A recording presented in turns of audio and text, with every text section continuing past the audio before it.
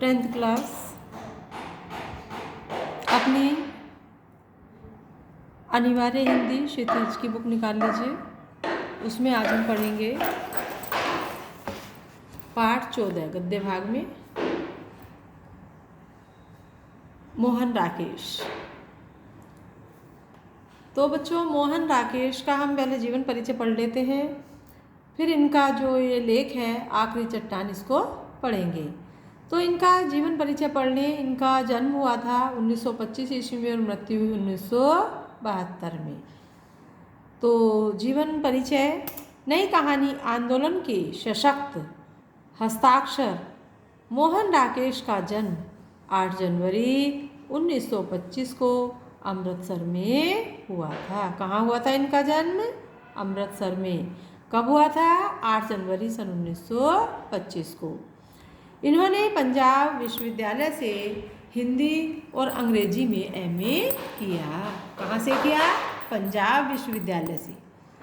जीविकापार्जन के लिए कुछ वर्षों तक अध्यापन का कार्य किया। इस प्रसंग में वे लाहौर, मुंबई, शिमला, जालंधर और दिल्ली में रहे। कुछ वर्षों तक कहानी की प्रसिद्ध पत्रिका सरिका का संपादन किया इन्होंने। आषाढ़ का एक दिन एवं आधे अधूरे नाटक के लिए संगीत नाटक अकादमी ने इन्हें 1968 में पुरस्कृत एवं सम्मानित किया। यानी कि कौन सा? आषाढ़ का एक दिन एवं दूसरा कौन सा था? आधे अधूरे नाटक, जो इनके लेख थे, उसके लिए इन्होंने संगीत नाटक अकादमी ने इनको जो है पुरस्कार दिया और इनको सम्मानित किया गया। 3 दिसंबर 1972 को नई दिल्ली में इनका असमय निधन हो गया। यानी कि समय से पूर्व ही इनकी मृत्यु हो गई। बहुत कम आयु में ही इनकी मृत्यु हो गई। इन्होंने जो अपनी प्रमुख कृतियाँ लिखी हैं वो हैं उपन्यास। कौन कौन से हैं इनके?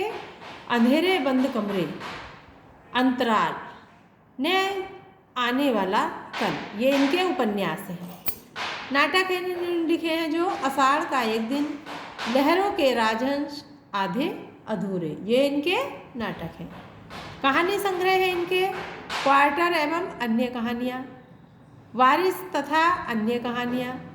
निबंध भी लिखे हैं इन्होंने। निबंध में है इनका परिवेश और भ्रमण वृत्तांत जो है उसमें इन्होंने लिखा है आखिरी चट्टान तक। जो ये आखिरी चट्टान तक है भ्रमण गीत, वो भ्रमण वृत्तांत, इसको हम पढ़ेंगे अभी। जो पाठ परिचय है इसका थोड़ा सा ले लीजिए, परिचय लीजिए इसको जो हम पढ़ेंगे। तो बच्चों, इस पाठ में आखिरी चट्टान एक रोचक यात्रा का संस्मरण है। दिसंबर 1952 से फरवरी 1953 के बीच मोहन राकेश ने गोवा से कन्याकुमारी तक यात्रा की। कहाँ से? गोवा से कन्याकुमारी तक। मानव मनोविज्ञान और सामाजिक संरचना की सूक्ष्म समझ के कारण यह यात्रा वृत्तांत अधिक विवरण और आंतरिक मनोदशा का उदाहरण बन गई। भाषा इतनी पारदर्शी है कि लेखक के अनुभव नाटक के अनुभव में रूपांतरित होने लगते हैं। कन्याकुमारी के सूर्यास्त एवं सूर्योदय का अत्यंत सूक्ष्म अंकन इस पाठ की अनुपम विशेषता है। मानो लेखक ने कलम से प्रकृति का चित्रांकन किया हो।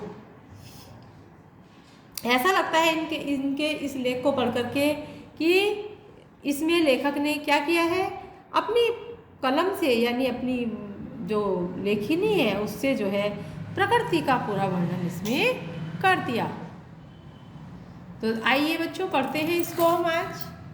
आखिरी चट्टान देखिए क्या है इसमें। तो जैसा अभी हमने आपको बताया था, आखिरी चट्टान में क्या है? गोवा से कन्याकुमारी तक की यात्रा का वर्णन है। कन्याकुमारी का मतलब जो सीन शुरू होता है वहाँ से होता है कन्याकुमारी। सुनहरे सूर्योदय और सूर्यास्त की भूमि। यानी सुनहरे, देखिए आपने देखा होगा सुनहरे क्यों कहा है? यानी कि जब सूर्य उदय होता है तब भी उसकी जो येलो सी पीली पीली सी उसकी जो प्रातःकाल की जो धूप होती है, किरणों की जो रोशनी होती है तो उसको देखकर कैसा लगता है जब वो फसल पर पड़ती है कि जैसे सुनहली यानी सोने के समान, है ना। सूर्योदय का और सूर्यास्त की भूमि, जब सूर्य अस्त होता है तब भी वो वैसा ही लगता है, सुनहले रंग का, है ना। तो ऐसे कैप होटल के आगे बने बार टैंक में बाईं तरफ समुद्र के अंदर से उभरी स्याह चट्टानों में से एक पर खड़ा होकर मैं देर तक भारत के स्थल भाग की आखिरी चट्टान को देखता रहा। यानी कि कैप होटल के आगे खड़े होकर के लेखक क्या है, भारत के स्थल भाग की, यानी जो थल भाग है भारत का, उसको जो है बहुत देर तक निहारता रहा, अर्थात देखता रहा, जब तक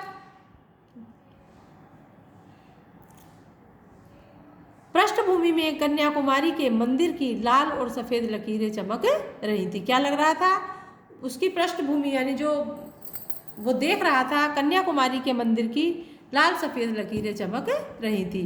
अरब सागर, हिंद महासागर और बंगाल की खाड़ी, इन तीनों के संगम स्थल सी वह चट्टान जिस पर कभी स्वामी विवेकानंद ने समाधि लगाई थी, इस तरफ से पानी की मार सहती हुई स्वयं भी समाधि स्थित सी लग रही थी। यानी जो लेखक देख रहा था वो क्या लग रहा था, कैसा लग रहा था लेखक को कि कन्याकुमारी के मंदिर की लाल सफ़ेद जो लकीरें वो चमक रही थी उस पर, और अरब सागर और हिंद महासागर और बंगाल की खाड़ी, इन तीनों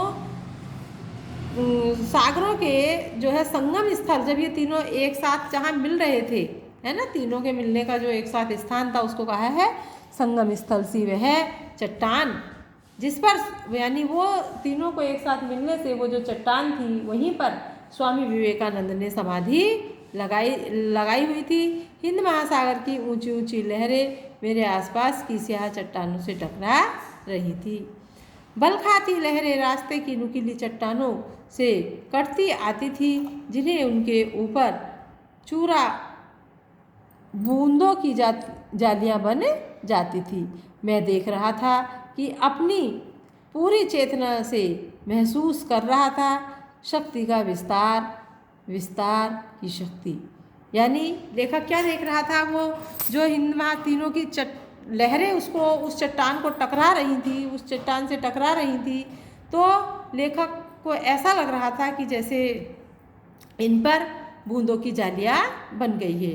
और लेखक देख रहा था कि अपनी पूरी चेतना से, यानी अपने पूरे विश्वास से, अपने पूरे भाव से देख रहा था, महसूस कर रहा था कि यहाँ पर जो है शक्ति का पूरा विस्तार हो रहा है, या विस्तार की शक्ति हो लग रही है। भाई शक्ति का विस्तार हो रहा है या विस्तार की शक्ति यहाँ लग रही है, ऐसा लेखक देख रहा था। मैं देख रहा था अपनी पूरी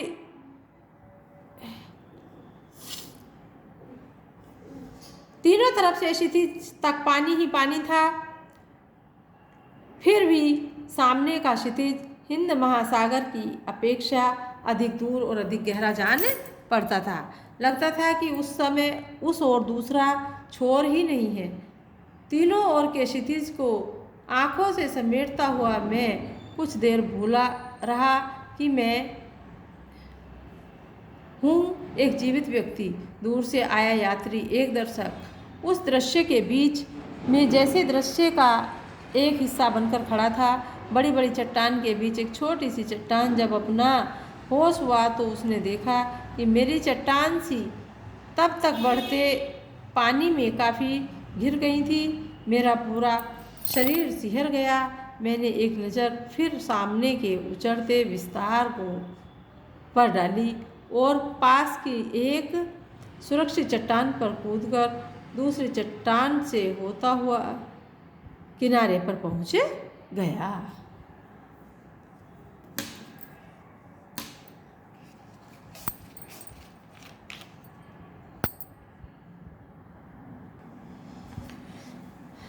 पश्चिमी क्षितिज में सूर्य धीरे धीरे नीचे जा रहा था। अब पश्चिम की ओर क्या देख रहा है लेखक? देखते हो आप भी, जब सूर्य छिपता है तो पश्चिम की ओर जाता है और धीरे धीरे पश्चिम दिशा में बहुत नीचे पहुंच जाता है। ऐसे ही लेखक ने भी देखा कि सूर्य पश्चिम दिशा में नीचे की ओर धीरे धीरे जा रहा है। सूर्यास्त की दिशा में चलने लगा। दूर पश्चिमी तट रेखा के एक मोड़ के पीली रेत तथा एक ऊंचा टीला नजर आ रहा था। सोचा उस टीले पर जाकर सूर्यास्त देखूंगा।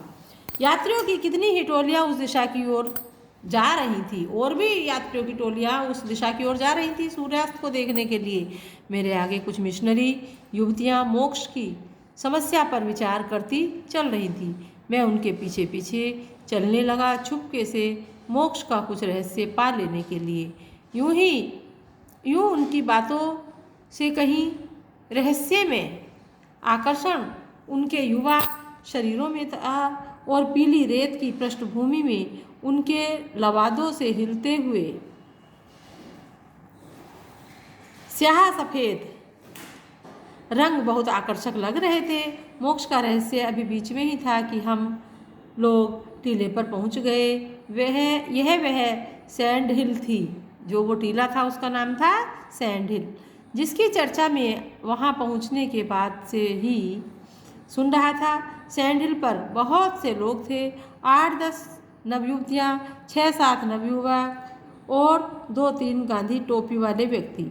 वे शायद सूर्यास्त देख रहे थे। गवर्नमेंट गेस्ट हाउस के बेरे उन्हें सूर्यास्त के समय भी कॉफ़ी पिला रहे थे। उन लोगों के वहाँ होने से सैंड हिल बहुत रंगीन हो उठती थी। गवर्नमेंट गेस्ट हाउस के बेरे उन्हें सूर्यास्त के समय भी क्या पिला रहे थे? कॉफ़ी पिला रहे थे। उन लोगों के वहाँ होने से सैंड हिल बहुत रंगीन हो उठी थी। कन्याकुमारी का सूर्यास्त देखने के लिए उन्होंने विशेष रुचि के साथ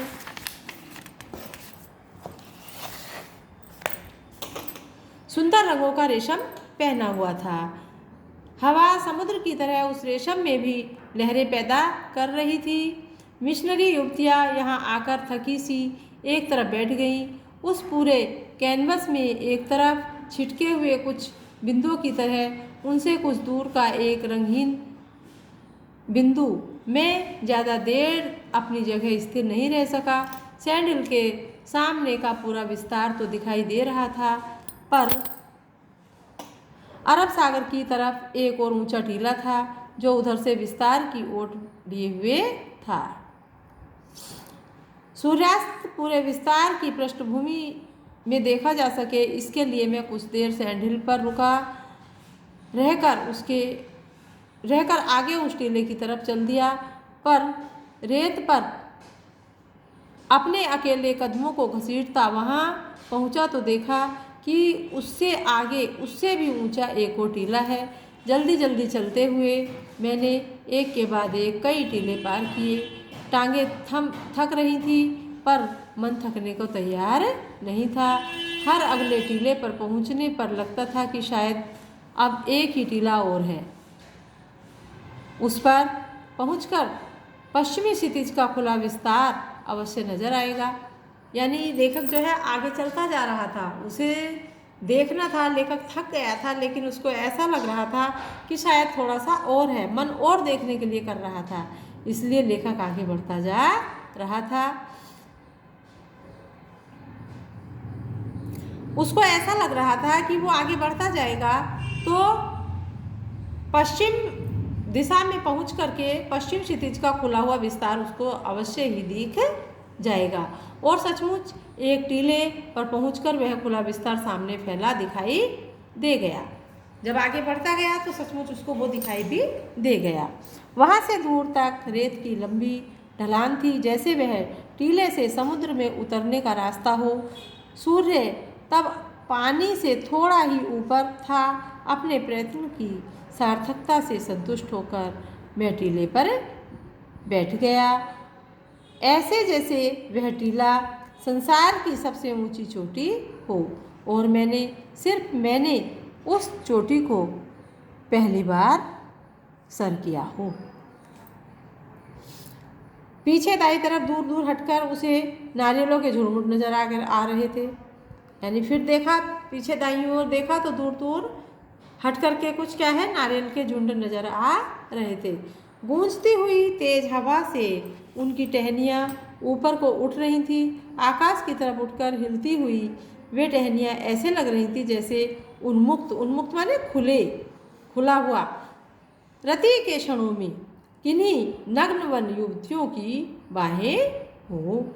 पश्चिमी तट के साथ साथ ही सूखी पहाड़ियों की एक श्रृंखला दूर दूर तक चली गई थी, जो सामने फैली रेत के कारण बहुत रूखी, बीहड़ और वीरान सी लगे रही थी। सूर्य पानी की सतह के पास पहुंच गया था। सुनहरी किरणों ने पीली रेत को एक नया रंग दे दिया। उस रंग में रेत की तरह चमक रही थी जैसे अभी अभी उसका निर्माण करके उसे वहाँ उड़ेला गया हो। मैंने उस रेत पर दूर तक बने अपने पाँवों के निशानों को देखा, जैसे ऐसा लग रहा था जैसे रेत का कुंवारापन पहली बार उन निशानों से टूटा हो।